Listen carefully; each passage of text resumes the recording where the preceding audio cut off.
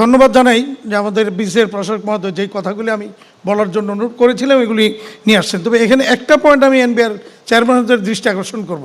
আপনি আমাদেরকে capital machineries আমদানি করার সুযোগ দিচ্ছেন 1% ট্যাক্সে, কিন্তু যখন এরপরে আমি মেশিন চালু করলাম একটা স্পেয়ার পার্টস আনতে গেলে বলতেছেন 100% ডিউটি। এইটা আমার মনে হয় এটা কি তাহলে আমাকে মানে কাজে নামাই দেওয়ার পরে যে কই যাবি এবার ওইটা বেশি দিয়ে আনবি বাধ্য করা কি না, এটা একটু আমার মনে হয় ক্ষতি দেয়। কারণ আমার একটা পার্টসের জন্য দেখা যায় যে আমি আমার কাজ মানে উৎপাদন বন্ধ হচ্ছে, এই বিষয়টা একটু দেখবেন। আর দ্বিতীয়ত হচ্ছে এনবিআর এই পলিসি অন্তত যেটাই করবেন মিনিমাম 5 ইয়ার্স থাকা উচিত, নাহলে ইনভেস্টমেন্টের আপনি দেখেন চিত্র গত কয়েক বছরের ইনভেস্টমেন্ট কিন্তু মানে নেমে আসছে।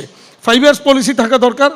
আর যেটা এখানে গ্যাস সংকট আমাদের এই মুহূর্তে সবচেয়ে বড় সংকট যদি বলি, এনবিআর এখানে কিন্তু একটু সুযোগ আছে এই জায়গাটাতে সহযোগিতার। সেটা হচ্ছে আজকে গ্যাস আমরা এলএনজি আমদানি করছি বিদায় আমাদের ইন্ডাস্ট্রিতে কিছু অন্তত সহায়ক হচ্ছে, কিন্তু সেটার উপর আপনারা আবার ব্যবসাটা না করলে আমার মনে হয় ভালো। অর্থাৎ ওখানে ট্যাক্স ব্যাটটা প্রত্যাহার করে দিলে তাহলে গ্যাসের যে মূল্য বৃদ্ধিটা ঘটে সেটা আর ঘটবে না এই জায়গাটা। আর সর্বশেষ বলবো যে এনবিআরের যে সংস্কারের জন্য যে কমিটিটা হয়েছিল আমরা অত্যন্ত ধন্যবাদ জানাই, কৃতজ্ঞতা জানাই সরকারকে, কারণ দীর্ঘদিন আমাদের দাবি ছিল যে পলিসিকে যেন আলাদা করা হয় এবং সেটা অত্যন্ত সুন্দরভাবেই সুচারুভাবেই করেছেন বলে আমরা বিশ্বাস করি। কিন্তু দুর্ভাগ্যজনক হচ্ছে এই কমিটির কোথাও, যেটা উনি বলছিলেন, এই কমিটির কোথাও কিন্তু ব্যবসায়ী প্রতিনিধি ছিল না।